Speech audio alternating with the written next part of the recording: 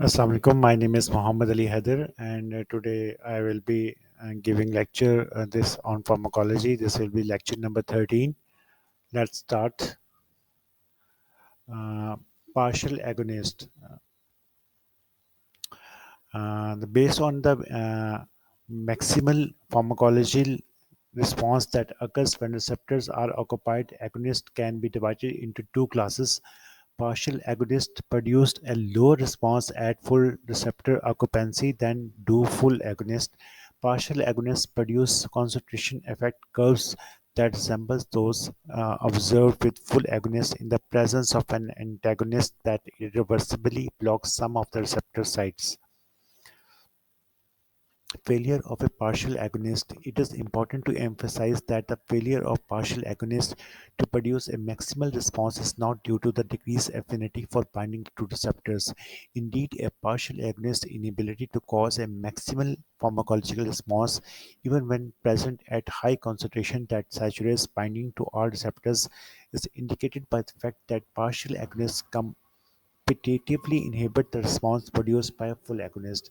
Many drugs used clinically as antagonists are actually weak partial agonists.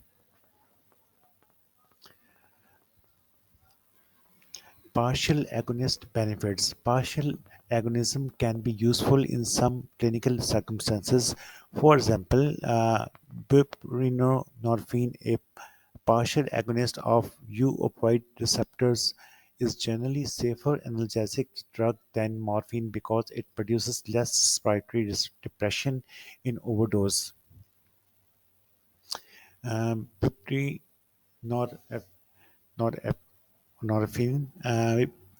buprenorphine is effectively anti-analgesic when administered to morphine-dependent individuals, however, and may precipitate a drug withdrawal syndrome due to the competitive inhibition of morphine agonist action. Other mechanism of drug antagonism. Not all the mechanisms of antagonism involve in interaction of drug or endogenous ligands at a single type of receptor, and some types of antagonism do not involve a receptor at all, as we discussed in our last lectures. That how the different type of receptors are there, and how drugs are attached to that. But there are some other mechanisms. For example, protamine, a protein that is positively charged at physiological pH, can be used clinically to counteract the effect of a heparin, an anticoagulant that is negatively charged.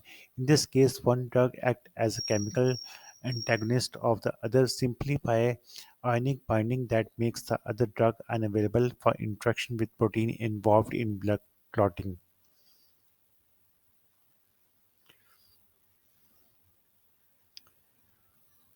Physiological antagonism. Another type of antagonism is the physiological antagonism between endogenous regulatory pathways mediated by different receptors. For example, several catabolic actions of glucocorticoid hormones lead to increased blood sugar, an effect that is physiologically imposed by insulin.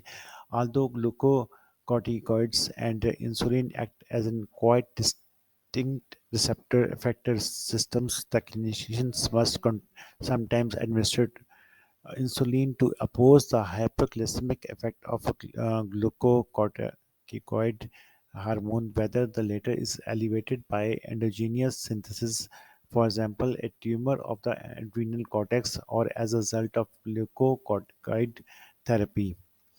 Thank you very much for your time. Inshallah, I will be sharing more lectures on the pharmacology in my next videos. Take care and do subscribe to my channel. Take care. Allah Hafiz.